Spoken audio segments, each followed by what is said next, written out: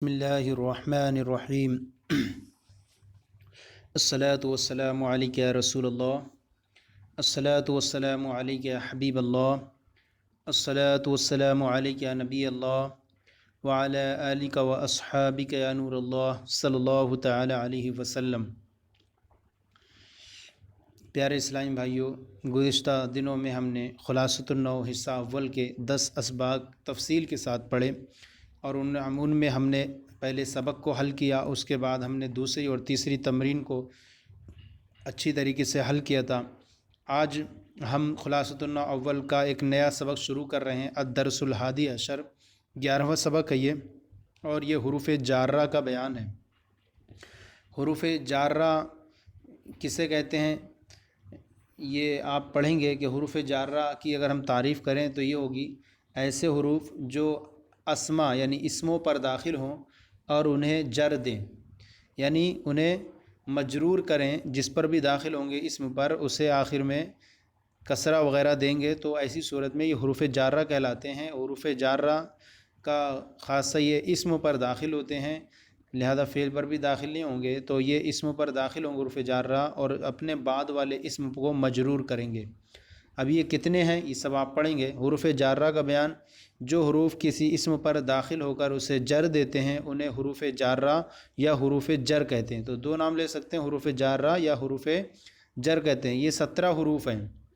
ان 17 حروف میں سے کوئی بھی اگر اسم پہ داخل ہو جاتا ہے تو اپنے اسم کو مجرور کرے گا، جیسے با ہے، و تا ہے، و کاف ہے، و لام، و واو، منذ، مز، خلا، ربا، حاشا، من، عدا، فی، ان، علی، حتی، الی۔ تو یہ 17 ہیں۔ اس کے لیے شعر بھی آتے ہیں جو عام طور پر کتابوں میں دیے رہیں گے، جیسے نحمیر کے اندر شعر ہوں گے، تو شعر کی صورت میں آپ جو ہیں ان کا حروف کا بیان یاد کر سکتے ہیں، اس میں بہت آرام سے شعر یاد ہو جائیں گے۔ جس سے اس میں ایک شعر یہ دیا ہے، کاندری یک بیت آمد جملہ، بے چوں چرا کاؤ باؤ تاؤ کافو لامو واؤ منزو مسخلا ربا حشا من ادا فی نالا حتی الا۔ تو اس طرح سے آپ زبان یاد کر لیں گے تو اچھا رہے گا اس کو۔ اچھا، پھر ان کا طریقہ بیان کر رہے ہیں کہ یہ حروف اسم پر داخل ہوتے ہیں تو ان کا معنی بھی کچھ تھوڑا تھوڑا فرق ہوتا رہے گا۔ تو جب یہ اسم پر داخل ہوتے ہیں، اور دوسری بات یہ کہ یہ غیر منصرف پر اگر داخل ہوں تو غیر منصرف یہ حالت جری میں کسرے کے ساتھ نہیں ہوگا۔ حالت جری پر یعنی حالت جری میں اس پر غیر منصرف پر کسرہ نہیں آئے گا لفظاً، بلکہ لفظاً کسرہ نہیں آئے گا۔ جیسے کہ بی عمر، اب عمر پر ہم داخل کر دیں تو یہاں پر عمرہ ہی ہو جائے گا، تو غیر منصرف پر آنے کی وجہ سے یہاں پر لفظاً یہاں پر کسرہ نہیں نظر آئے گا، ورنہ عام طور پر جس اسم پر داخل ہوں گے تو یہ اس کو مجرور کر دیں گے۔ ان کی تفصیل اس طور حسب ذیل ہے۔ من کا معنی ہوتا ہے سے، اور یہ ابتدا کا معنی پیدا کرتا ہے۔ ابتدا کہیں چیز سے کسی چیز کی ابتدا ہو رہی ہے تو وہاں من لائیں گے، جیسے العجوۃ من الجنہ، یہ عجوہ یہ تازہ کھجور اور بند کھجور کو بولتے ہیں، عجوہ کھجور جنت سے ہے۔ ایک سے کسی کا معنی سے معنی پیدا کرنے کے لیے آتا ہے اور ابتدا سے بھی آتا ہے، جیسے کہ من البصرہ، سرت من البصرہ، میں نے بصرہ سے سیر کی، تو کسی چیز کی سے اس سے کا معنی پیدا کرنے کے لیے بھی اس کو لاتے ہیں، جیسے کہ عجوہ کھجور کیا ہے، جنت سے ہے۔ حتی کا معنی تک ہوتا ہے، یعنی یہ انتہا کا معنی دیتا ہے کہ کسی چیز تک جا کر کے ختم ہو جائے۔ کوئی چیز، ہمارا سفر شروع ہوا تھا، وہ سفر جا کر ختم ہو گیا، جیسے ہم نے کہا کہ سرت من البصرہ الی الکوفہ، تو یہاں کوفہ جا کر ختم ہو گیا، تو یہاں پر جس پر جا کر ختم ہو وہاں پر جا کر الی ہم شامل کرتے ہیں اس بعد والے اسم پر۔ تو حتی کا معنی، حتی معنی تک، جیسے حتی مطلع الفجر، یعنی فجر، طلوع فجر تک، یعنی تنزل الملائکۃ والروح فیہا بإذن ربہم من کل امر سلام ہی حتی مطلع الفجر۔ یہ سلامتی کب تک رہتی ہے؟ طلوع فجر تک رہتی ہے۔ تو یہاں حتی کا معنی تک ہو گیا۔ الی، حتی معنی تک، اور الی کا معنی ہوتا ہے تک اور طرف، انتہا کے لیے، اور حتی کا معنی تک اور طرف، جیسے توبو الی اللہ، اللہ کی طرف توبہ کرو، یا اللہ کی تک توبہ کرو، تو یہاں طرف معنی اچھا کرنے میں بہتر ہے، توبو الی اللہ، اللہ کی طرف توبہ کرو۔ اور اس کا معنی الی جیسے ہم نے بتایا، تو الی کا معنی بھی تقریباً یہی ہوتا ہے تک، لیکن تھوڑا فرق ہو جاتا ہے حتی اور الی میں۔ تو حتیٰ کسی چیز کو شامل کر دیتا ہے، یہ چیز ہوئی اس کے بعد، یعنی وہ بھی آیا یہاں تک کہ یہ بھی آیا۔ اور یہاں یہ ہوتا ہے یہ کہ کسی چیز کی انتہا بتانے کے لیے عام طور پر الا کو لاتے ہیں، جیسے سرت من البصرۃ الی الکوفہ، اور علی من پر، علی من پر السلام علیکم، یعنی تم پر سلامتی ہو، السلام علیکم تم پر سلامتی ہو۔ علی السطح کسی چیز پر ہے تو کہیں گے علی السطح چھت پر، علی الشجر درخت پر، تو یہ پر کے لیے علی کا استعمال کرتے ہیں۔ دیکھیے ساری چیزیں یہ اسم پر داخل ہو رہے ہیں، یہ حروف اسم پر داخل ہوا کرتے ہیں۔ فی معنی میں، فی کا معنی میں ہوتا ہے، اب یہ ظرف زمان اور مکان دونوں کے لیے آتا ہے، جیسے کہ یہاں پر آپ کے دیا ہے فی عثمان فی الجنہ، عثمان جنت میں ہے، تو یہاں ظرف مکان ہو جائے گا، اور زمان لیں تو ایسے ہو جائے گا اس طور پر کہ جیسے کہ فی اللیل ظلمۃ، رات میں تاریکی ہے، رات میں تاریکی ہے، یا اور یہ مکان والا لیں، جیسے فی الدار زید، زید گھر میں ہے، تو یہ مکان والا ہو جائے گا اس طور پر۔ کاف، کاف معنی ہوتا ہے طرح، زید کالاسد، اچھا یہاں ان کا معنی ہوتا ہے سے، اور ان یہ آتا ہے بعد اور دوری پیدا کرنے کے لیے بھی آتا ہے، بتانے کے لیے کسی چیز کو کسی چیز سے دور کر دیں تو وہاں پر اس کے لیے بھی اس کا ان کا استعمال ہوتا ہے، جیسے اجتنب عن المعاصی، گناہوں سے بچ۔ اور اس کا ایک اور دوسری مثال دیں، رمیت السہم عن القوس، میں نے کمان سے تیر پھینکا، تو یہ کمان سے دوری اختیار ہو جائے گی، تو بعد کو بتانے کے لیے بھی ان کا استعمال کرتے ہیں۔ با معنی سے،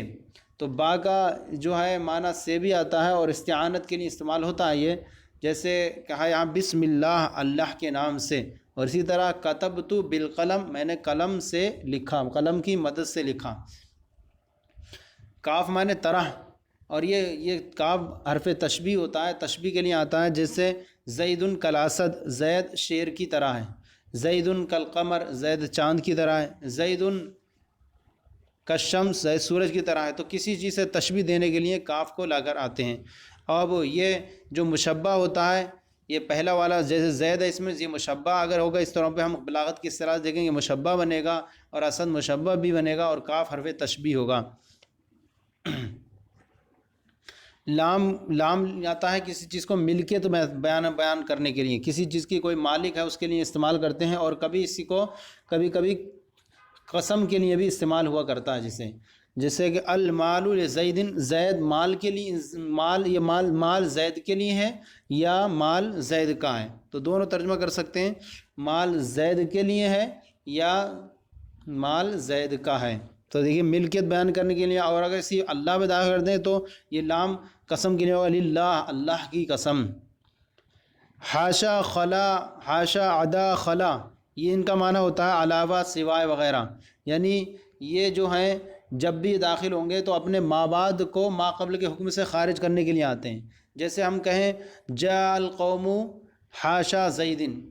یعنی ساری قوم آئی سوائے زید کے، تو زید اگرچہ پہلے قوم میں داخل تھا لیکن حاشا کے ذریعے، سوا کے ذریعے اس کو پہلے والے حکم سے خارج کرنے کے لیے اس کا استعمال کرتے ہیں، اور یہ اس کی وجہ سے، اس کے داخل ہونے کی وجہ سے یہ کیا ہو رہے گا، مجرور ہو جائے گا اسم، تو یہ جس پر بھی داخل ہوں گے اس کے بعد والے کو اسم کو مجرور کر دیں، کیونکہ یہ حروف جارہ ہیں، اور حروف جارہ جس اسم پر داخل ہوتے ہیں وہ بعد والے کو مجرور کر دیا کرتے ہیں، جیسے حاشا خلا، خلا عدا حاشا، علاوہ، سوائے، تو ہم نام القوم حاشا زیدن، زید کے علاوہ پوری قوم سو گئی، تو دیکھیے حاشا اسم پر داخل ہوا اور اس نے زید کو مجرور کر دیا، تو یہ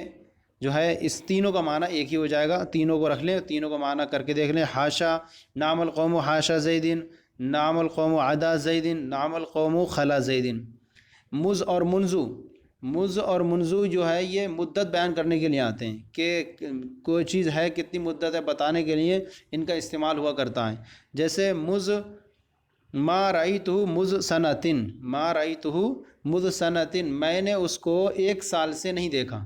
تو یہ مز جو ہے حرف جر میں سے ہے، اور یہ داخل ہوا ثنا اسم پر، اور اس نے بعد والے کو مجرور کر دیا، اور یہ مدت بیان کرنے کے لیے آیا کہ یہاں پر میرے نہ دیکھنے کی جو اس کو مدت ہے وہ 1 سال کا زمانہ ہے، تو ما رأیتہ